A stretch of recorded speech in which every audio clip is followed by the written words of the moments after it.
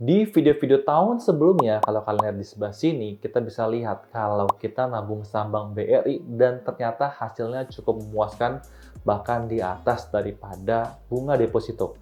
Lalu bagaimana dengan tahun 2022? Kalau kita nabung saham Bank BRI setiap bulannya dengan nominal 1 juta, dengan kita menaruh deposito setiap bulannya, mana yang lebih cuan? Langsung kita lihat di layar monitor.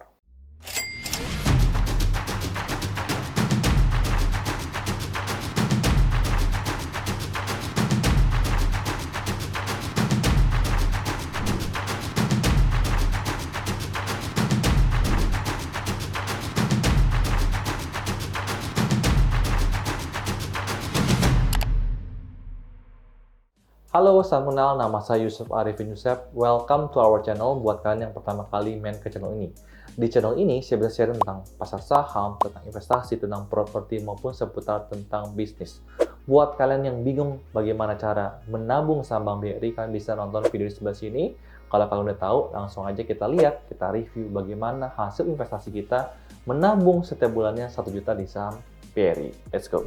Dikarenakan harga saham itu fluktuatif, kadang naik, kadang turun. Nah, makanya saya menggunakan data yang paling bego aja, yang paling gampang, di mana kita amit-amit beli di harga yang paling tertinggi di bulan itu. Apakah kita masih untung?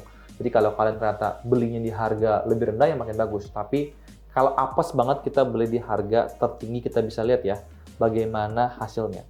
Nah, di sini saya sudah mengambil data, kita bisa lihat dari bulan Januari 2022 sampai bulan Desember 2022. Kita langsung aja di harga tertinggi di bulan Januari 2022 di harga 4.240. Di sebelah kanan saya sudah ada file Excel di mana di sini saya nabung 1 juta dan saya beli di harga 4.240.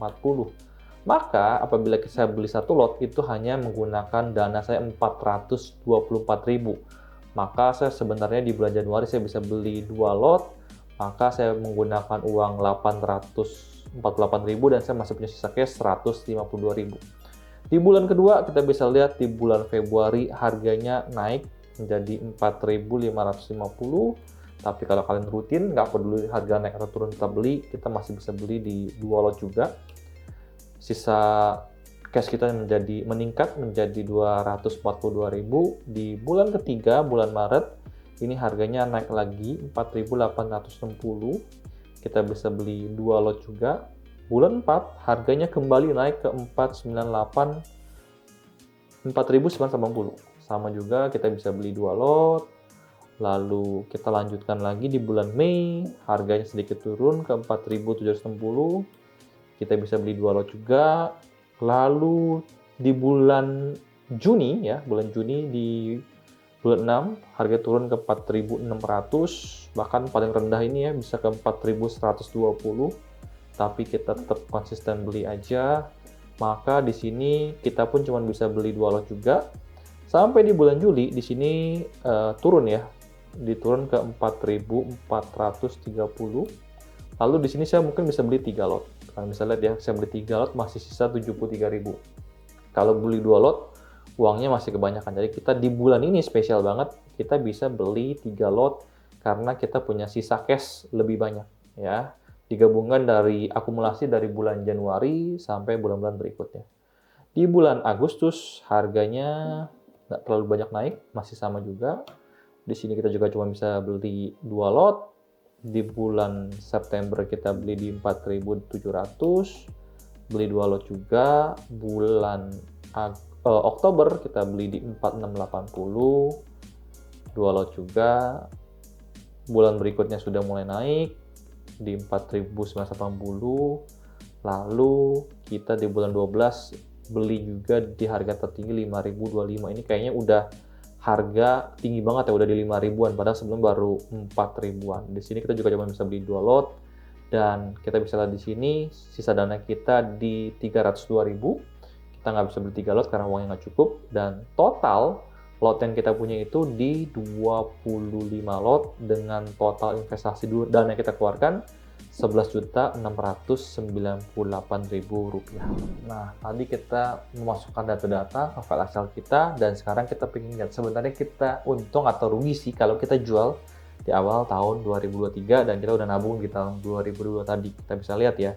Di sini saya ambil data di Januari 2023, yaitu di bulan ini juga sebenarnya harga terendahnya kalau amit-amit kita jual di 4.360, maka kita sebenarnya rugi 6,65%, bukan untung tapi rugi.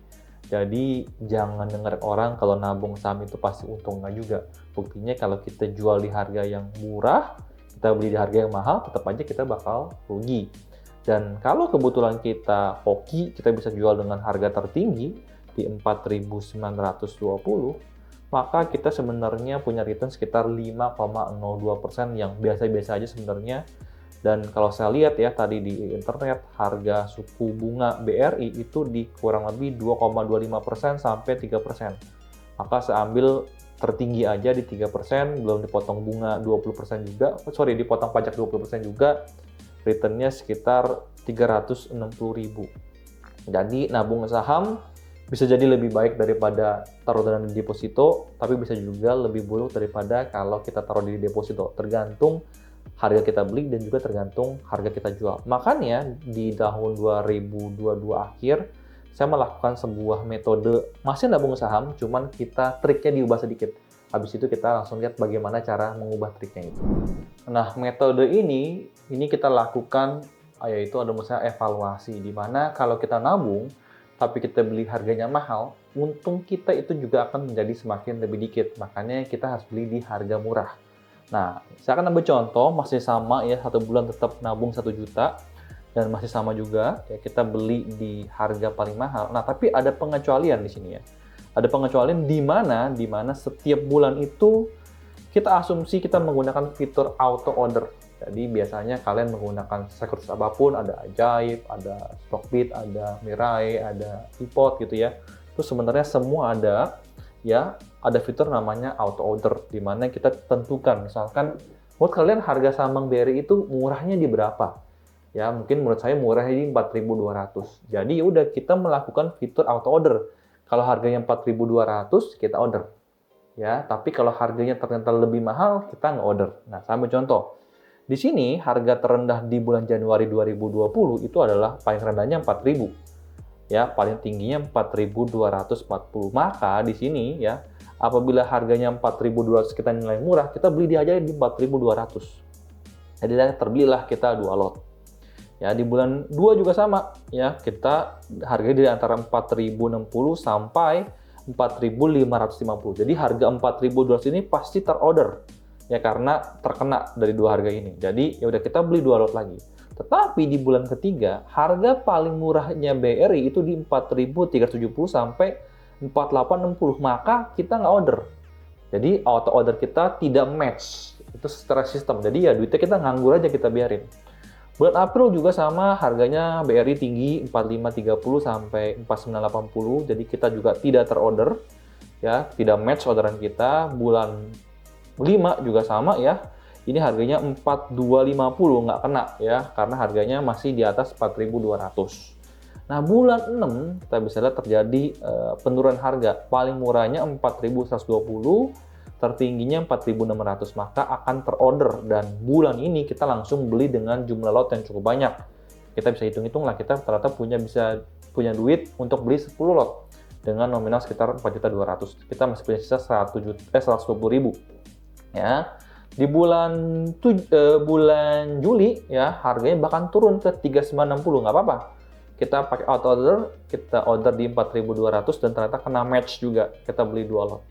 Setelah itu, kalau kalian lihat ya, dari bulan 8 sampai bulan 12 ya, di Desember 2022 itu harganya selalu di atas 4.200. Jadi ya udah, selama 5 bulan kita nganggur, kita ngapa-ngapain, kita kerja, kita bisnis, kita melakukan aktivitas kita sehari-hari.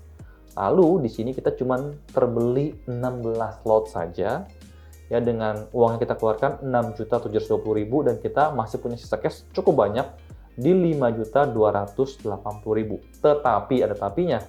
Tapi lihat, kalau ya di bulan Januari kita beruntung banget, kita bisa jual di harga tertinggi di Rp4.920. Maka kita bisa jual dengan ya return kita itu di total dana yang kita bisa dapat tuh di 13.152.000.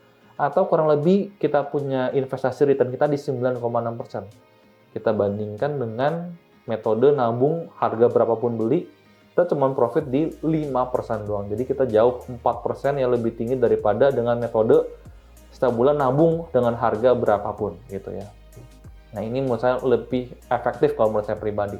Nah, amit-amit kalau misalkan kita jual di harga terendah di 4.360 dengan metode yang sama kita jual juga sama 4.360, kita kan di sini rugi nih, minus 6,65%. Tapi dengan metode ini, kalau kita amit-amit butuh duit banget, kita mau jual, kita masih profit 2,13%. Jadi kita nggak rugi-rugi banget gitu loh.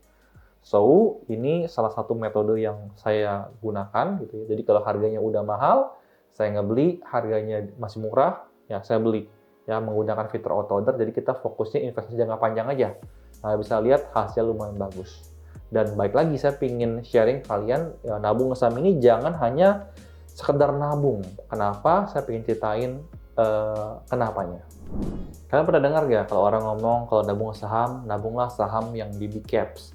Saham yang pasti-pasti aja. Misalkan ya saham BCA, BRI, dan Unilever atau saham yang lainnya. Nah, menurut saya kalian jangan sembarangan dengar orang. Kenapa? Baik lagi, selama kalian nabung saham, kalian juga harus menganalisa laporan keuangannya seperti apa, bisnis seperti apa. Kenapa begitu? Saya ambil contoh misalkan gudang garam. Saham Unilever ini dulu itu masuk jajaran perusahaan yang bagus banget ya. Ada yang masuk di LQ45, IDX 30, ya berfundamental bagus gitu katanya dulu kan. Tapi kita bisa lihat ya pada beberapa tahun terakhir ini bisnis trennya sudah berubah sekali. Seperti gudang garam karena kena cukai, HPP-nya naik, labanya jadi menurun. Seperti Unilever, marketnya sudah mincer banget, bisnis sudah gede banget, jadi dia lebih susah bertumbuh. Jadi dia udah perusahaan dengan harganya yang udah jual mahal gitu ya. Nah, baik lagi menurut saya kita nabung saham harus beli di harga yang murah. Seperti kita menggunakan tadi metode yang kedua, harga yang murah kita baru beli. Jadi perusahaan yang bagus pun kalau kita beli di harga mahal, ya kita tentu sulit untuk untung. Jadi kalau mau untung, ya menggunakanlah metode yang menurut kalian valuasinya wajar itu di berapa. Kalian melakukan analisa lagi, misalkan BRI menariknya di bawah 4.200, misalkan BCA menariknya di bawah 8.100 atau 8.000. Di saat itu saya baru nabung. Kalau nggak itu saya nggak nabung gitu ya. Baik lagi, BCA dan BRI belum tentu ya. Memang secara histori itu selalu naik dari tahun ke tahun, tapi belum tentu ke depannya naik. Harus pelajari bisnisnya, apakah BCA akan bertumbuh terus, walaupun BCA sudah market leader, apakah dia terus bisa menjadi market leader, masih bisa bertumbuh, ya kalian harus analisa laporan keuangannya seperti apa, ya penjualannya seperti apa, pendapatan seperti apa, non-profit loan-nya seperti apa. Tapi baik lagi, nabung sahamnya tidak hanya sebatas kita harus beli-beli doang, tapi kita nggak tahu perusahaan apa yang kita investasi. Mudah-mudahan video ini bisa bermanfaat buat kalian dan salam nabung saham. Main juga ke Instagram saya di Yusuf Arifin Yusef. Kalau kalian mau support saya, tekan tombol like dan juga subscribe, akan sangat berarti buat saya. Sampai ketemu di video berikutnya. Salam cuan dan bye-bye.